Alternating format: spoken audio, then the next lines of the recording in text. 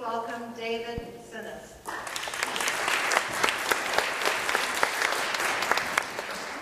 Well, thank you very much. It is truly an honor to be with you all today, and I've been looking forward to this for several months now. I used to serve as a children's pastor. My wife now serves as a pastor of Christian education, and so I know that children's pastors and children's ministry workers put in countless hours of work each week and each month, and so I'm just honored that you come together on a Saturday of all days to learn how to improve the ways that we serve children through ministry. Now, in 2007, I'll take us back a few years, I was studying, I was a grad student at McMaster Divinity College, and part of my research there was to develop a research project on children's spirituality. And what I did is I interviewed 13 children from 3 different congregations, very different types of congregations in the same area though. And I interviewed the 13 children. We met about 5 times each, and this happened over 6 months. And after graduating, I moved on to further studies in the United States, and I spent some time revising my project and adding to it, and slowly it took a different form, and eventually it was published as a book in 2011. And there it is up there. All right, just making sure this is working. Now, originally, I wanted to learn how the people and the places at churches affected children's relationships with God and their experiences at their churches. But when you're doing qualitative research with children, one of the primary rules is you have to be open to going where the children are going to take you. And my 13 young friends took me somewhere I didn't expect to go. And they took me on a journey through what I have come to call spiritual styles. So today I want to share a little bit about what I learned on this journey. But we're going to need to cover a lot of ground in a short amount of time. So as we're plugging along, feel free to take notes or write down questions or just remember questions, and we'll have some time at the end for some questions and comments. So have you ever been so moved by a piece of music that you shed a tear or you can't help but clap along? Are you passionate about making a difference in the world and, as Gandhi said, being the change you wish to see in the world? Are you the sort of person that loves to go on long hikes and spend time alone in nature and just be present in nature? Or do you love to learn and you're continually soaking up information and getting the latest books on all sorts of topics? Well, however you answer these questions, and whatever type of person you are, it can't be denied that you are a spiritual being. These questions that I ask speak of different ways that people express their spirituality. And we can express spirituality in all different ways. But within the diversity with which we express our spiritual lives, I found that there are 4 ways that kind of emerge as legitimate and formational avenues for knowing God. And these are called spiritual styles. And they describe distinct but fluid ways that we encounter God and we express our spiritual lives. We express our faith through them, we express our ultimate concerns through them. They affect the core of who we are, and really they're almost like lenses that we put on and that we see the world through. So that's sometimes why some people see the world differently than other people. Spiritual styles can have something to do with that. Now the 4 spiritual styles are called word, emotion, symbol, and action. Now, most people seem to possess 1 or 2 dominant styles, even though they might be influenced by others in significant ways, and this is a really good thing, because a healthy spirituality should consist of some level of balance between all 4 styles. So I have a background in music, and I draw from this background to name this healthy tension as harmonious dissonance. So without harmonious dissonance, there's a dangerous tendency to fall to one extreme style or another. But what does this all have to do with children's faith formation? Without an understanding of spiritual styles, it can be pretty easy to assume that how we express our lives and how we know God is the correct way, or the best way, and we can tailor our ministries to our dominant style and our preferences. Because after all, we can think if it works for me, why would it work for everyone else? And although this is well-meaning, when we tailor ministry around one style or another, we can leave some children feeling like they don't fit, or like they don't belong, or even like something's wrong with them. So the result isn't harmonious dissonance. It's not this healthy tension or this balance. It's more dissonance than harmony. But it can also lead other children to feeling, when it matches with your style, it can lead those children to feeling like they don't have to grow, like they've got it all figured out. And this is all more harmony than dissonance. So it's in the tension where growth happens. So it's imperative that we who nurture children understand spiritual styles so that we can go about forming children, all the children in our midst. So I'll just go through the styles really briefly. A word-centered approach, as the name implies, upholds the importance of words. It's through words that people make meaning and make sense of the world around them, and through which they experience God. People focus on having the correct words in the correct order. These are the people that correct your grammar and say, I don't think that's what you mean with that word. Because not only do the right words in the right order matter, but the words also need to be in the right relationship with what they're referring to. So when I say words like Bible, God, liturgy, salvation, word-centered people are going to want to know how I'm defining those words. Because salvation for one person is going to mean something different for another person. And they're going to want to make sure that I have the correct understanding. Now, I'm using extreme cases here, but we can see, you can probably pick people in your lives that are kind of reflecting these. I'm sure we all know a couple people like this, and if you can believe it, my wife even says I can be like this sometimes. I know. I tend to disagree, but maybe we're just differing on how we define the word. Within this approach, faith formation is about increasing our knowledge. It's about studying scriptures and just really learning as much as we can about matters of faith.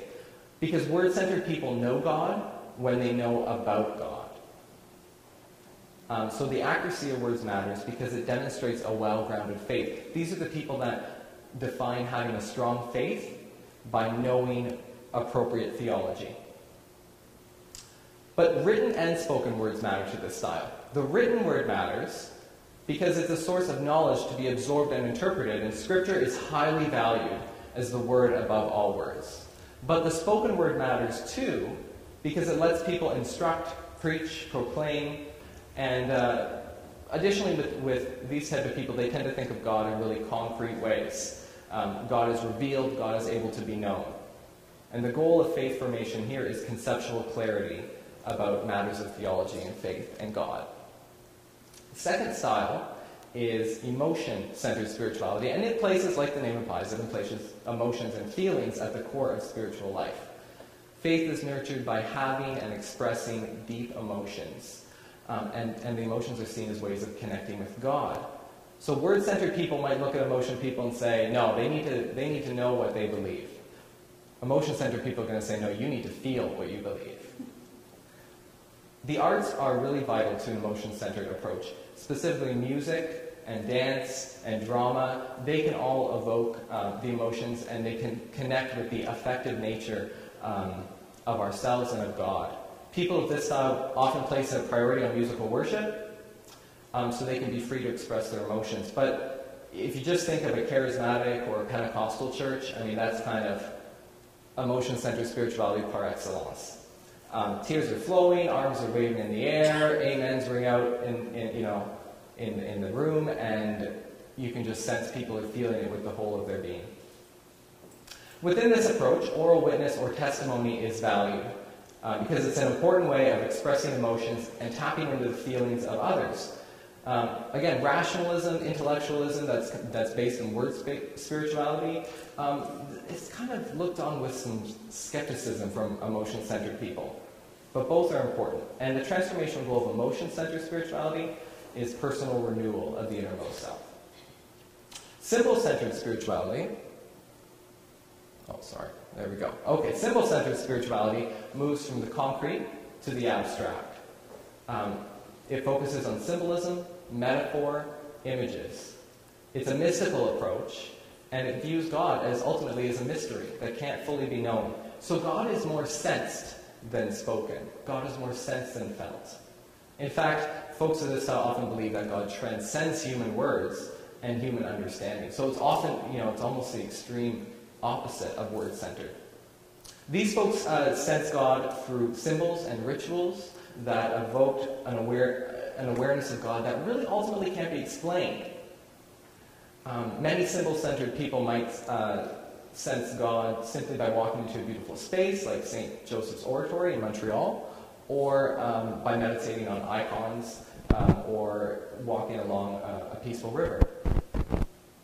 And since talk about God and spirituality is limited, symbol-centered people value stillness, silence, solitude. They tend to value classic spiritual practices like contemplative prayer, silent retreats, things like that. And these practices help them attain their spiritual goal, which is union with the transcendent God. And the final style is an action-centered approach. And it focuses on making a difference in the world. These people are the activists who'd rather roll up their sleeves and get right to work than sit in another committee meeting. And I'm sure we've all had moments where we don't want to sit in committee meetings, but these people have a specific reason. They want to get out there doing things. Prayer for these people is more lived than spoken. These people might say, I pray when I'm out in the world doing things. Action-centered folks encounter God, and they nurture their spiritual lives when they're working to transform unjust and harmful situations in the world.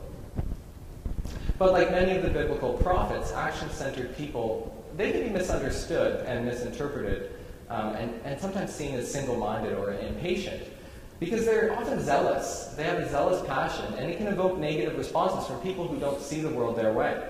Especially because sometimes they'll just get right to work and act without taking time to explain their actions to others. Because again, for these people, words matter less than actions. They just want to get to work. But motivated by a deep union for the needs of the world, these people often press on in their quest to bring about peace, to bring justice, to bring wholeness to a broken world. And so clearly the transformational goal here is working to upset and challenge unjust systems in the world. Now, each of these four spiritual styles is formative, and each has the power to connect children to God. But each can be taken to the extreme when they're not balanced with one another. So a healthy spirituality includes a balance between different styles. Most people are going to lean more heavily on one or two styles, and that's fine. It's when we go too far and start to cut out other styles out of our lives that problems really start to happen. So it's important to continually engage in some soul searching. We who work with children need to think about ourselves and ensure that we're not drifting too far one way or another. And when it comes to children's ministry, we need to think about how can we create communities, how can we create environments that help nurture faith and spirituality of all the young people, regardless of their dominant style. So when we do this, all the children are going to feel comfortable. They should feel comfortable because they can express their dominant styles. But at the same time, it's not so comfortable that they're not challenged to growth, because there's going to be this tension there where they feel at home because of their dominant styles being met, but because they're being challenged to explore things in other styles, there's an encounter for growth. So some churches, though, sadly, don't welcome children of all spiritual styles. And some kids might feel like they don't belong. Now, this was the case for a young boy in my research project named Caleb. And Caleb loved mysteries. He felt close to God in the great outdoors, and he loved nothing more than reading about Stonehenge or the Bermuda Triangle or the pyramids. So you can guess he was very much a symbol-centered person. He was a mystic. But he struggled with his church because he felt like they attempted to explain away all the wonders and the mysteries of God. So I have a quote from him. He says, "They're explaining the wrong things. I feel like they're saying that there are no mysteries of God when I know that there are." Now the problem is not all children are going to be as insightful as Caleb. He's more of an exception than the rule. Some children in this situation they might not see that the problem lies in their church or their children's ministry. They might see that the problem is themselves. And if they don't connect with God the way that other people do, then there must be something wrong with them, which simply isn't true. And none of us want to see this happen. So then the question is, how do we create environments that are inclusive of all spiritual styles? How do we make sure that children's ministry reflects the harmonious dissonance? So I'd like to offer a few suggestions, and again, I'm going to go through them pretty quickly, so feel free to bring them up as we have time for questions. All right, sorry.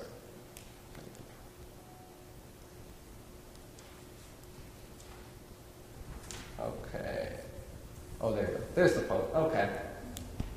And so we will start with word-centered children. And one of the central concerns of a word-centered approach is the illumination of the mind, like I said. So it makes sense that when we're welcoming and we're nurturing these type of children, we're going to want to do things that help them increase their knowledge of God and their knowledge of the world around them. Now, children with a word-centered approach to spirituality tend to have a higher regard for the Bible, because the Bible is the word above all words. It's the very words that God uses to speak and teach to humanity. So we need to help children build their biblical knowledge through memorization and study and interpretation. But we need to move beyond the Bible, because limiting our instruction only to the Bible can rob children of gaining insight from all sorts of things in the world. Why don't we teach children about church history, or about theology, or liturgy, or social issues that matter today? Word-centered children soak up knowledge and information so that they can better make sense and interpret the world around them. So let's give them a broad scope of that knowledge. Now, children learn in many ways as they grow up, and I'm sure some of you have a good knowledge of human development. When we have a basic working knowledge of human development, it helps us tailor and shape our lessons and our ministries in ways that are appropriate to children of different ages. Because when we know more about how children grow and develop and learn throughout the years, we can better assist word-centered children in knowing God. I don't know about you, but sometimes I fool myself into thinking I have all the right answers. Trust me, I do. I know it's hard to believe, and again, I'm sure my wife is going to be able to verify this. And maybe you felt the same way, but the truth is that we are all lifelong learners. We can learn alongside children. So if we open ourselves to learning new insights, then even the most familiar Bible passages or Bible stories can spring up new ideas for us. So let's become co-learners on the journey and encourage children to ask questions and wonder with these children about questions. We don't need to have all the answers, but it's important for us to make the journey with the children to find answers. And finally, give children a wide range of resources at your church's library. Isn't that just ideal? That's my home library. No. Word-centered children tend to hear God's voice through reading and through studying. And so a lot of the kids in my research project, who were word-centered children, where they felt God the closest in their lives, church libraries. Not the worship services, not children's ministry, church libraries. So we'll move on to emotion-centered practices. 30 years ago now, David Ng and Virginia Thomas wrote a book called Children in the Worshiping Community, and they write that music and children are a natural combination. This is particularly true for these type of children, for emotion-centered children. So by drawing from a wide variety of musical traditions, we can help children appreciate the way Christians have worshipped God through music in different times and in different places. Now, do you ever hear a song on the radio and you're immediately transported? You haven't thought about this song for years, and suddenly you're, you think you're in a different time and place, and you can remember hearing it when something important was happening in you, and it just, brings back those memories. This happens to me all the time, and it can range from, whole planets or the Macarena, all over the place. People make associations between the music and their emotions through conditioning, and children are no different. So when they're older, although the feelings may have faded, when children hear certain songs or feel certain rhythms or emotions, they can reconnect with those formative experiences of their childhood. So let's expose them to a wide variety of musical styles. Now, in today's mass-marketed world, children are often consumers. They go out and buy music, or they don't even have to go out. They just download music We consume music. But we're also creators, and children are also creators. So when you use music to help children encounter God, try giving them opportunities to be creative. And this can range from writing new lyrics to a familiar song, or you can give simple rhythm instruments to even young children as a way of them to make music along. Now, it might not sound great to us, but yeah, I'm sure it sounds great to God.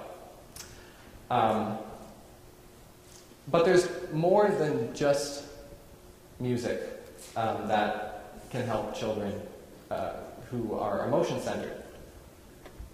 They can be nurtured through all sorts of forms of the arts, like drama and dance.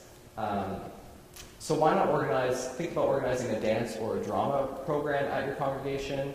You can let children be involved in it and perform for the community, for their parents, or for the congregation on a Sunday morning or at a special event. In a sense, we can help children become triple threats, which, if you know, show business is the word for people who are really talented in music, in drama, and in dance, so they can get those, really great Broadway parts. One of the most formative elements in the life of the congregation is communal worship.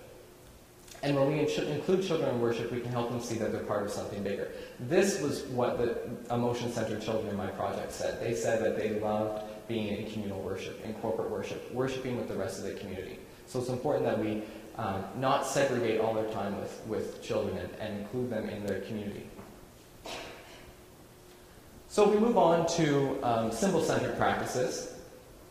Remember that it's not uncommon for people with a symbol-centered approach to feel uncomfortable or unwelcome in churches, because our churches are often about how to, especially children's ministries, it's often about helping children learn certain things. And so these are the kids that don't always just want to learn, and they just want to be able to just be present with God.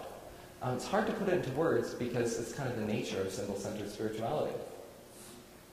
So symbol-centered children really value prayer.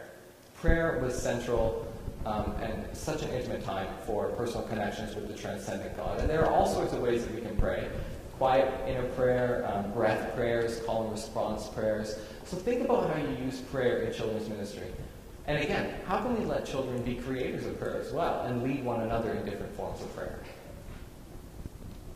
Symbol-centered children tend to see God's presence among nature. So let's get out and get back to nature. You can take children on nature walks. You can start little gardens and help children learn how to tend for these plants. And you can even bring, you can get children to bring elements of nature they see at home to church and share them. If you can't go outside with the kids, then help children bring nature inside. This is going to help combat nature deficit disorder, and it's going to remind children of the beauty and the vulnerability of creation as well. Really, it can help instill a sense of creation care, which is very important now. Because if you think about it, some of these kids that we're nurturing now, they could be around for 80 more years. So think about if we don't instill this sense of a love of nature, sense of creation care, what's the world going to look like in 80 years when these kids are still alive? Symbol-centered children tend to be affected by physical environments more than other children. So, contrary to this picture, don't take the music up to 11 all the time. It involves creating sacred spaces and sacred times. Often these children really benefit from slow paces, from times of quiet, from even times of solitude. They remind us that, contrary to popular belief, quiet and stillness don't necessarily mean that children are bored. Children can be very engaged when they're not moving and they're not making noise. So maybe try some breathing exercises to assist children in becoming calm and evoking a calm mood within your ministry. Now, the entire time of children's ministry doesn't need to be slow and quiet. That might be a little extreme. But you can start small. I know some Christian schools and some churches that even have a minute or two, and they grow from there of silence. And some children really appreciate just that time of nothing happening around them. And finally, we can saturate our spaces with rituals and with symbols. This is going to help us stir up a sense of mystery, of awe and wonder, because these symbols and rituals that we use in the church can evoke this sensing of God that goes beyond words. That's the goal of symbols and rituals. It's saying something without saying something, if that makes sense. Now, some traditions and churches are already bursting with symbols and rituals, and the Anglican Church is included there, but others aren't. And so if your church is fairly free of rituals, you can try bringing some simple ones in, like foot washing, or passing the peace, or candle lighting with appropriate adult supervision. Or you can also work with your children to create your own rituals and your own symbols in the church. Kids can create their own artwork that's put up, and just be careful that it's not thrown away right away. And because, I've seen some churches that put children's artwork up in the sanctuary, and the whole community gets a lot out of it. You can faith your practices. This is something Brian McLaren talks about in one of his books. He says, faithing our practices is when we take our everyday elements of life and infuse a spiritual purpose to them. So, handing out a snack can be a practice where we remember giving to those who need food. Or washing our hands can represent how God washes us clean. Possibilities are endless. Now, few prepackaged curricula are geared toward action-centered children. Some have like an application, but often it stays pretty shallow and doesn't get into the deep world-changing desire of these children. But I'm not proposing that we should send our toddlers to the favelas of Brazil. I don't think that's a great idea. So we need to work with them gradually. Look for gradual opportunities to help children meet and serve those in need. So, for example, a suburban children's ministry can start by sponsoring a child through World Vision or Compassion Canada or something like that. In their elementary years, when children are older, maybe you can encourage children to go on summer exchange programs to different parts of the country and different communities. And maybe even in their teenage years, some children can spend a summer alongside the urban poor in an inner city. There are tons of different programs, and so it's just important to look at how do we do it gradually so we don't give children too much. If you think about a family, you can think of a family that might encourage a family to affiliate with a particular organization like Habitat for Humanity. Children can be involved first in limited contact activities like fundraising or food contributions, and then down the road, more to moderate level, like doing landscaping or offering words of support, and finally being involved when they're older and in a more complete way, full engagement, even building houses right alongside other family members. But be careful not to do too much too soon, because we don't want to overwhelm children. So start small, but don't stay small. Remember that children learn when they're slightly beyond their comfort zones. Don't go too far. Of course, we need to ensure that children remain safe. But there's a difference between being protective and being overprotective. So instead of completely sheltering children from the injustices in the world, we can teach them about God's desire to make a difference. Maybe we can need to begin by educating children about what injustice is in appropriate ways, and how we can protect ourselves and help one another at the same time.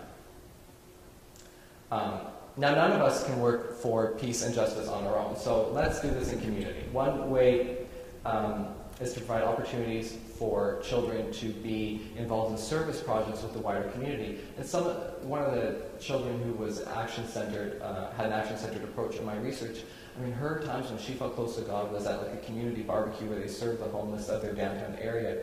And she was next to adults and seniors in her church as they were giving out food and cooking food for the homeless. And finally, action-centered children can often get caught up in getting things done. As I mentioned, they just want to get to work. But we need to remember that reflection matters too. So let's give children space to reflect on their mission, on their vocation to make a difference in the world. We can encourage them to reflect by having them write stories or poems or drawing pictures, acting out their experiences, singing songs, and this can be personal or it can be communal. So just before we wrap up, creating environments of harmonious dissonance, it really isn't as complicated as it may seem. I know I threw a lot at you to cover a lot of ground here. Sometimes the simplest approaches, we remember, are also the most effective. Now, my family and I are foodies, and we have become Food Network junkies. I don't know if there are any other Food Network junkies here. And in case you're wondering, I'm really into the new show Food Factory, which shows how food is made, even though the dialogue is really corny or cheesy or any other food-related word there. But one of the first things I learned when I got into watching these shows and started cooking things for myself is that sometimes the simplest recipes, the simplest ingredients make the best dishes. So the same is often true with children's ministry. Glitter and glam is not always the best way to nurture children. Start small and see where that takes you. But whatever you do, however you do it, make sure that you keep in mind that the key goals in creating these harmoniously dissonant environments, these environments of all four spiritual styles, the goal is not just to create these environments. There's an ultimate goal, which is to nurture faith formation, to give spiritual nurture, and to help children have encounters with God. The goal isn't just to have kids become knowledgeable or emotional or awestruck or world changers. The goal is to form disciples. Disciples who know and experience God, but in these environments, they can experience God in all sorts of ways. They can feel at home in their churches at the same time as they're stretched to grow and walk further in their relationship with God. So that's what I have for today, and I think we have some time for questions. So I think there's a microphone up here. I don't know how you want to handle questions, but if you have any questions at all, we have a little bit of time.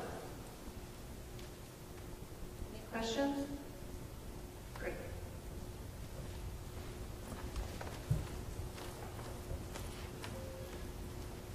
So if we have a child who we're having, say, my own son, who we're having trouble communicating spirituality to, the first two of those categories, I thought, oh, there's my daughter, there's me.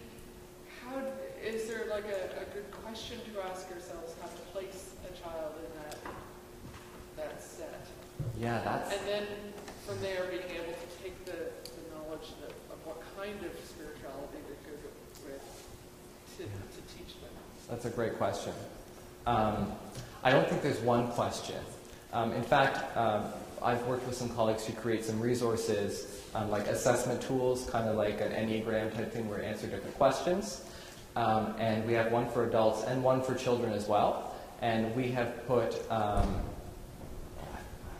can't remember the exact number, but upwards of 20 questions. Because the more questions you can ask, the different elements of a child's life you can reveal. And yeah, so I don't think there's a one specific way. But again, that doesn't mean we can't start to see different things. That's kind of the whole goal of creating these environments where all four are present, because it means even if we don't know one of our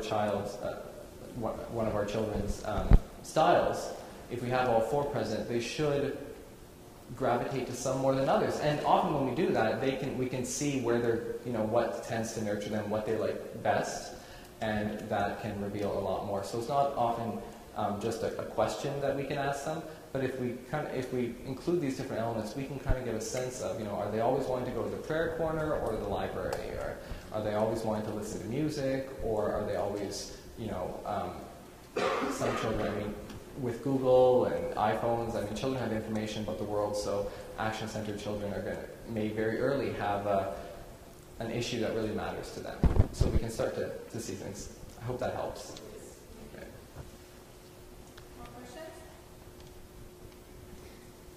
I just wanted to make one comment. When you were talking about making donations and helping build community in that respect, and also discipleship and stewardship, we also just had a presentation from Judy Royce, Kids Helping Kids. It does exactly that.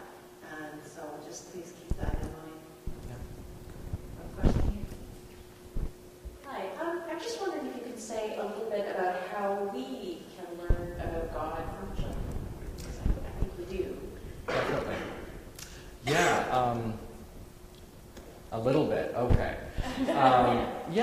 one of the assumptions, and if you pick up my book, which I would appreciate if you do, in chapter 1 I unpack what spirituality is. And I didn't have time to get into it here, but for me spirituality is something that is innate. People are born with spirituality. And so when we think that way, we can easily translate that, move ahead and say, well, if children are spiritual, then they have things to teach us as well.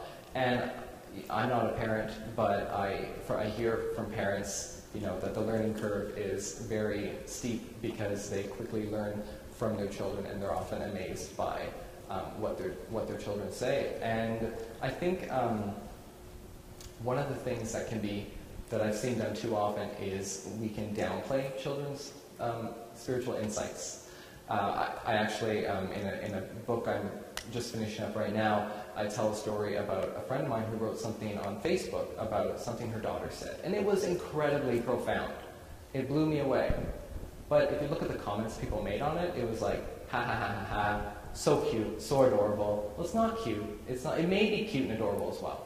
But we have to recognize it for what it is. It's profound. Because if we just look at it and cutesify everything they say, then we really aren't open to learning from them. This is also one of the issues. I have mixed feelings about children's time and children's sermons because I feel like often it can easily become entertainment for adults. And we like the story. Okay, kids, any questions? Oh, that child asked a funny question. I never asked that question. Well, maybe it's because you're not a child and your spirituality has changed as you grew up. But it doesn't mean that we can't learn from them. So thank you for bringing that up.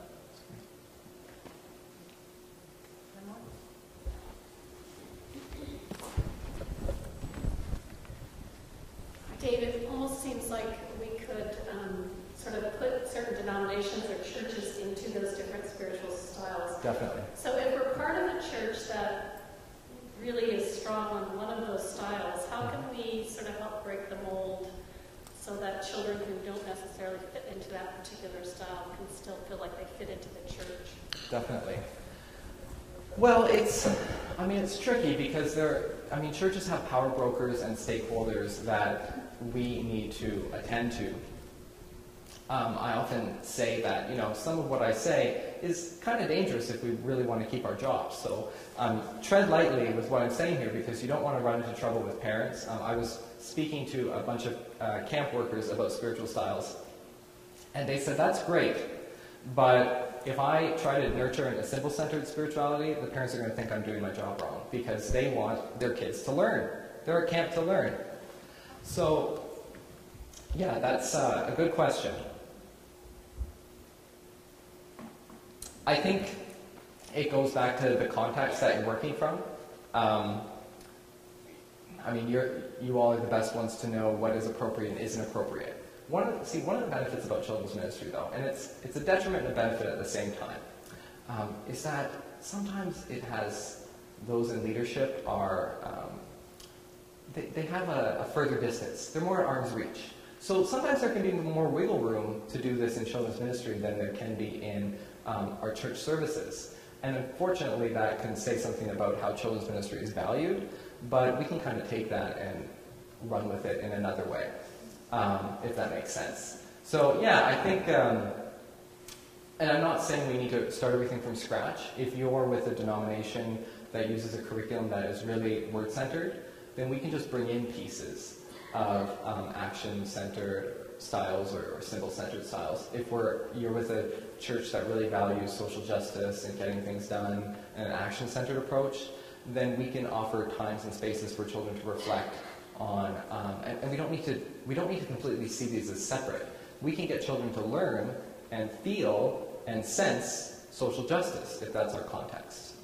So there are ways of playing with that that make sure that it's safe enough that our church and our parents aren't going to be angry with us, but we can still start to add things. That's why I kind of say start small, bring some pieces in.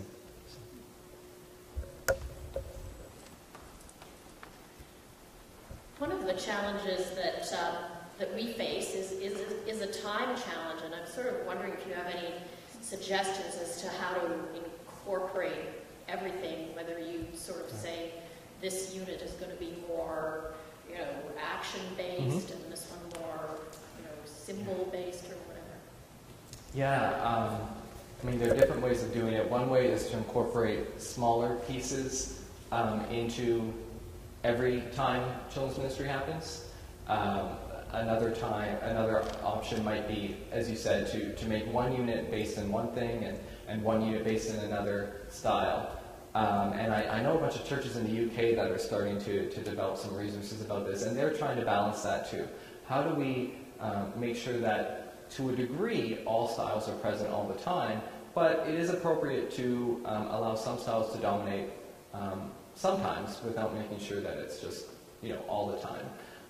So yeah, that time question, it's always about, it's really important. If we don't have time to do something, we can't do it. That's just the way things are.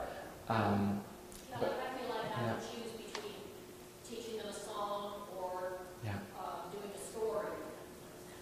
Yeah, exactly. You have to choose between teaching a song or doing a story if you didn't hear. And that might be exactly what you have to do. There's nothing wrong with that. If you have to choose a story one day, choose a more cognitive-based lesson another day, choose a song another day. There's nothing wrong with that. Another option might be to, if time allows, to have a few, 10 minutes or so of free time. And if you can, it takes time to develop this, but once it's developed, it can just get going, and you can have prayer corner, book corner, something very, like Godly Play is really good at having different types of activities that children can do. And my wife and I actually did this at a camp one time. We bought inexpensive CD players, and CD players are on their way out, so you can probably even get some donated. And we had headphones with different CDs, and children could just spend some time listening to music, or they could, we had paint sets, and they could respond to what was happening during the day through drawing a picture. And we developed a prayer corner. We had giant pillows on it, and we were talking about Jesus the Good Shepherd, and so we had these sheep stuffed animals in there as well. It was just a place where children could go and be alone with God. I won't lie, the hardest one to incorporate, I think, is action-centered approach, because ultimately, in an extreme style, they don't even want to be there. They want to be out doing something. So that's where it becomes difficult, but I think that there are definitely some ways that we can incorporate that as well. So I was just going to say that I think one of the things that we need to be mindful of is that we don't just teach from our own bias. So how we connect with God isn't the platform of all our curricula. That's right. And so we need to just really be mindful of our weaknesses and targeting those to be more opportunities. And I would start with the children who aren't engaged. Because I would suspect the reason why they're not engaged is maybe they have a different spiritual style to the way you've been teaching. So then beginning to think about what would engage them and connect them, and try and adapt curriculum to include them more. Because we all go to our own strengths. Definitely. Especially when we don't have time. Yeah. Right? Especially when we don't have time. And knowing about our own style, some people, if you look at things like learning styles or the Enneagram, one of the things is we don't learn about ourselves so that we can say, I'm like this, that's the way it is, deal with it. We learn about ourselves so that we can better learn how to relate to others. And so that's one of the things when you can sense kind of what your style is, it's important to look at, okay, now what am I missing? Because I'm of this style, what am I missing with the other styles? Any other questions? Great, well, I will just I'll throw some contact information up there. If you want to connect with me, my book is available out in the foyer, and it goes into this in 160 pages or so, and has an appendix with some practices that you can start to use with different ages of children. So feel free to pick up one of those. You can also connect with me. I'm involved in Children, Youth, and the New Kind of Christianity. You can see there on the right, childrenyouth.com. And it's an international conference that we ran in May, and there's some great free resources at that website on faith formation and specifically progressive types of faith formation. And I'd love to hear from you and just see what you thought. Great. Thank you so much, Dave. I'm so glad that we connected and you were able to join us today. It was really uplifting, and I think Dave's presentation helped us maybe pull together from some of the sessions we've been at already this morning. So thank you for that, and don't forget these books are available in the foyer.